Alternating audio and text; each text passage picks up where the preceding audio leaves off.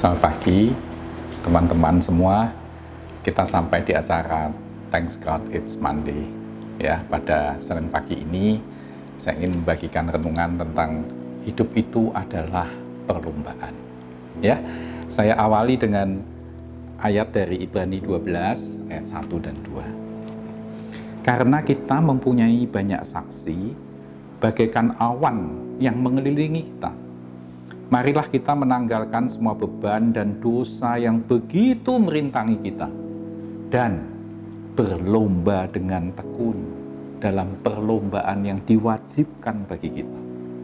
Kedua, marilah kita melakukannya dengan mata yang tertuju kepada Yesus yang memimpin kita dalam iman dan yang membawa iman kita itu kepada kesempurnaan.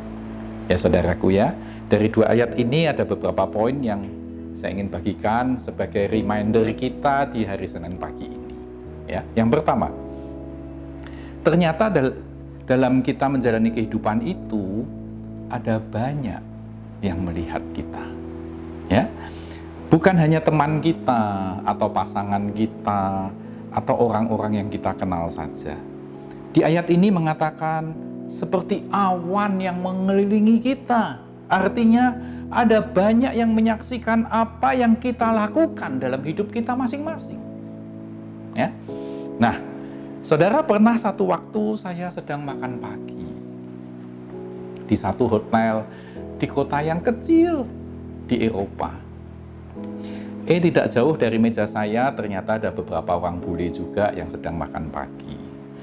Dan satu saat mata saya beradu pandang dengan mata daripada seorang wanita yang cukup berumur juga.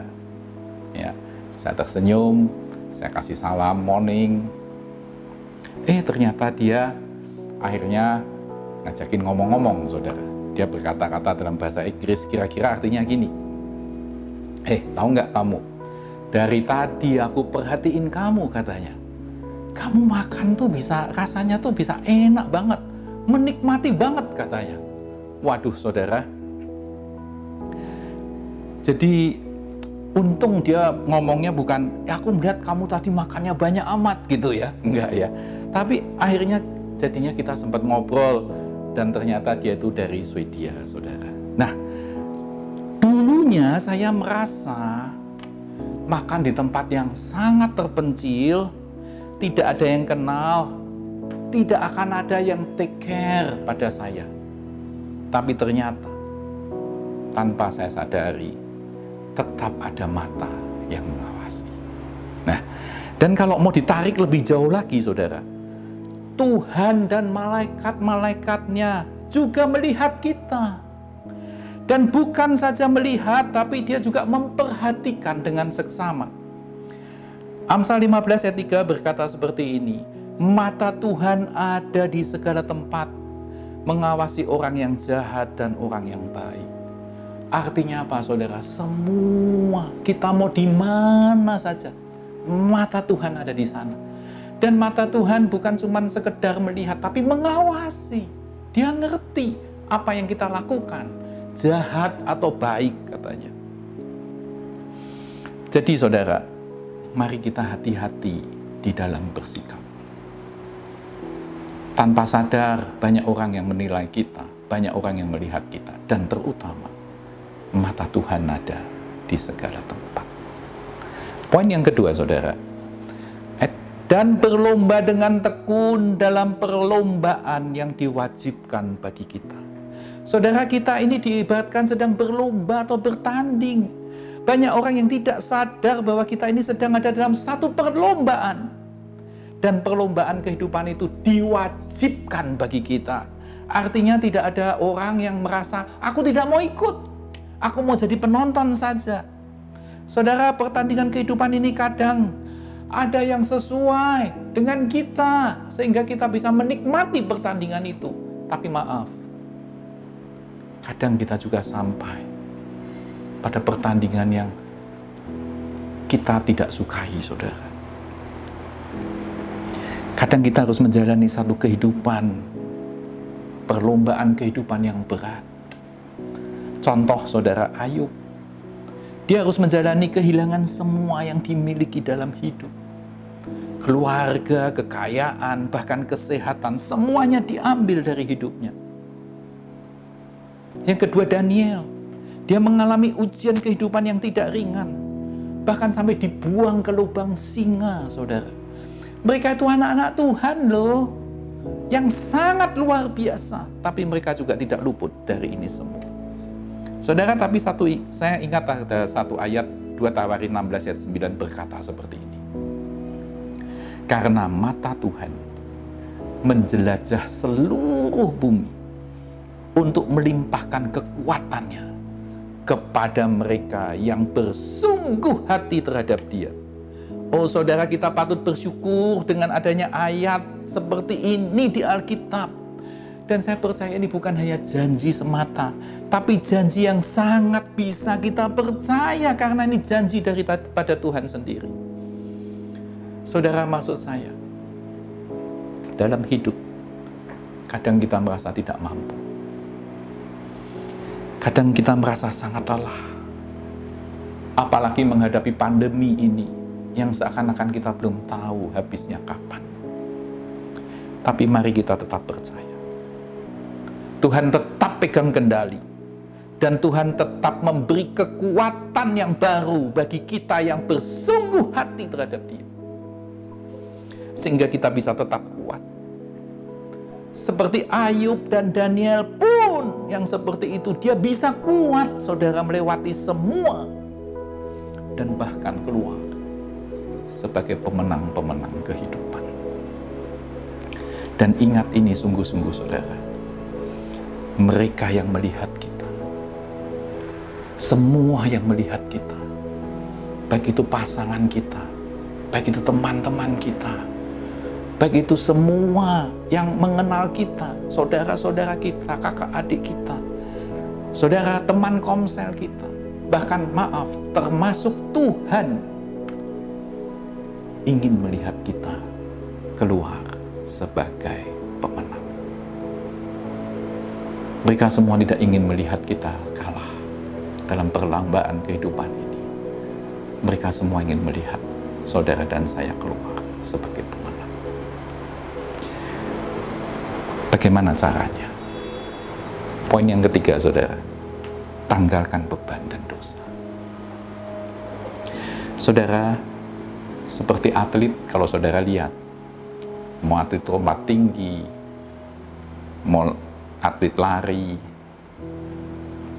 mau berenang, saudara, mereka memakai pakaian itu sesedikit dan seringan mungkin.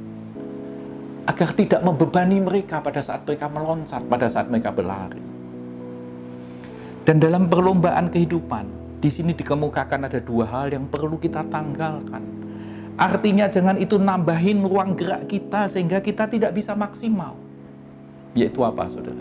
Yaitu beban dan dosa. Itu sesuatu yang memberatkan. 1 Petrus 2 ayat 1 berkata seperti ini. Karena itu, buanglah segala kejahatan, segala tipu muslihat, dan segala macam kemunafikan, kedengkian, dan fitnah. Saudara, ini bisa ditambahkan.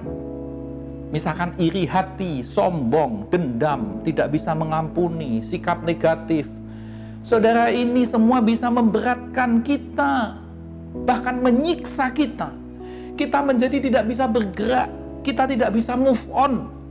Padahal ingat, kita masih harus berlomba. Saudara, dosa itu menjerat, mengikat, dan menghancurkan kita. Dalam hidup ini kita juga sering melihat banyak sekali orang-orang yang tidak memanfaatkan hidupnya dengan baik. Sudah baik-baik hidup dengan istrinya yang setia, malah cari-cari wanita lain.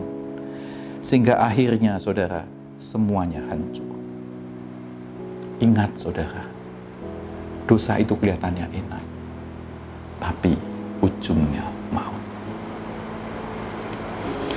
Saudara, poin yang keempat, yang terakhir yang mau saya ingin sampaikan.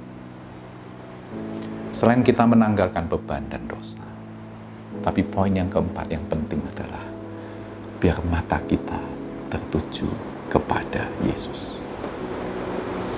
Marilah kita melakukannya dengan mata yang tertuju kepada Yesus, yang memimpin kita dalam iman dan yang membawa iman kita itu kepada kesempurnaan.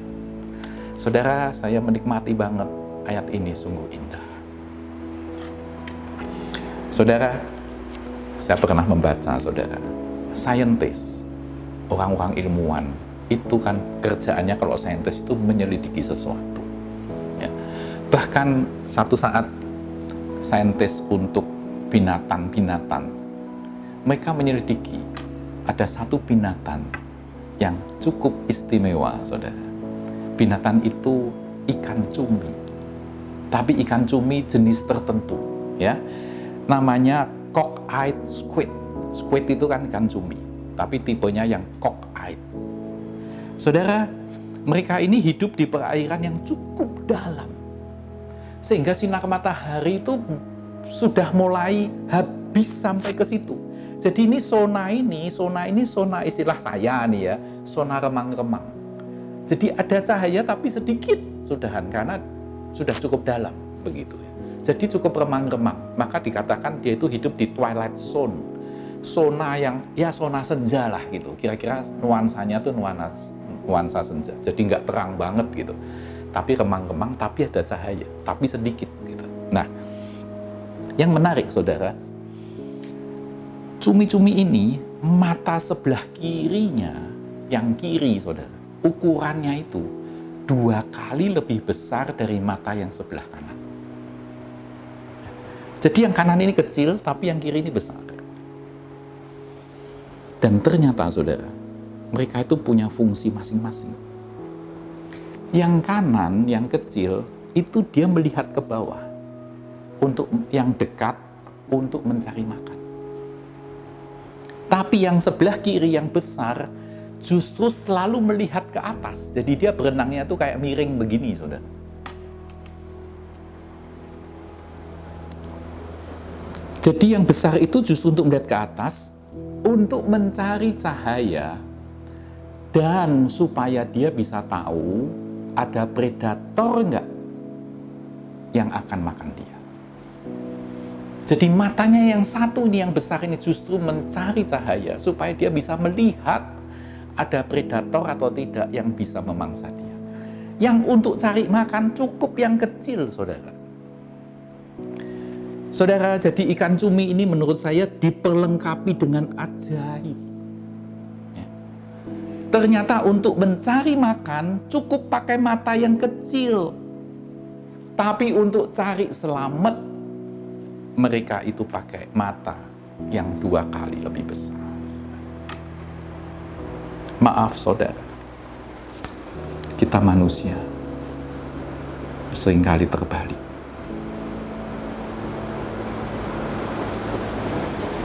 Makanya, saudara-saudaraku, kita harus memakai mata kita untuk melihat Yesus, terang dunia, Juru Selamat, Tuhan, yang sanggup membawa iman kita kepada kesempurnaan dan melepaskan kita dari si jahat yang selalu ingin menjatuhkan kita. Saudara, memasuki minggu ke depan, biar kita bisa menjalani perlombaan dalam kehidupan kita masing-masing. Mari kita tetap memakai kapasitas kita untuk mencari uang, untuk bisa mencukupkan kebutuhan hidup kita masing-masing. Tapi ingat, kita juga perlu mencari Tuhan. Karena Tuhanlah pencipta segala sesuatunya. Dan supaya kita juga terhindar dari si jahat yang selalu ingin menggoda dan menjatuhkan kita. Biar Roh Kudus yang mengurapi dan menyempurnakan setiap di antara kita. Ingat, saudara, Tuhan ingin melihat setiap kita keluar sebagai pemenang-pemenang kehidupan. Kalau kau suami, jadilah kau suami yang takut akan Tuhan dan yang mengasihi istri.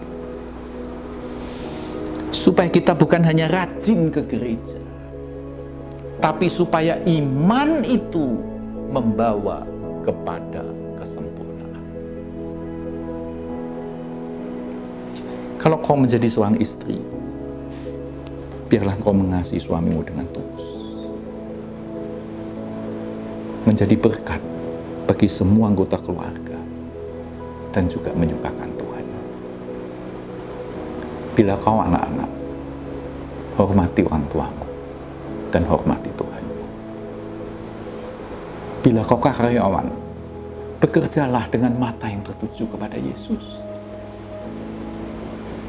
Bila kau majikan, bila kau pimpinan, biarlah kau tidak jemu untuk menabur sifat kasih dan memberi pengayoman. Saudara, mari kita masuki minggu ini dengan pengertian yang baru. Semua orang bisa melihat saudara dan saya. Bahkan Tuhan bisa melihat segala apa yang kita lakukan. Dan kita seperti dalam perlombaan pertandingan. Dilihat oleh banyak orang. Dan mereka ingin melihat saudara dan saya keluar sebagai pemenang. Saudara, tanggalkan beban, tanggalkan dosa. Dan biar kita tetap mengarahkan mata kita, iman kita kepada Yesus. Supaya menyempurnakan apa yang telah kita imani menjadi sesuatu yang sempurna di dalam Tuhan.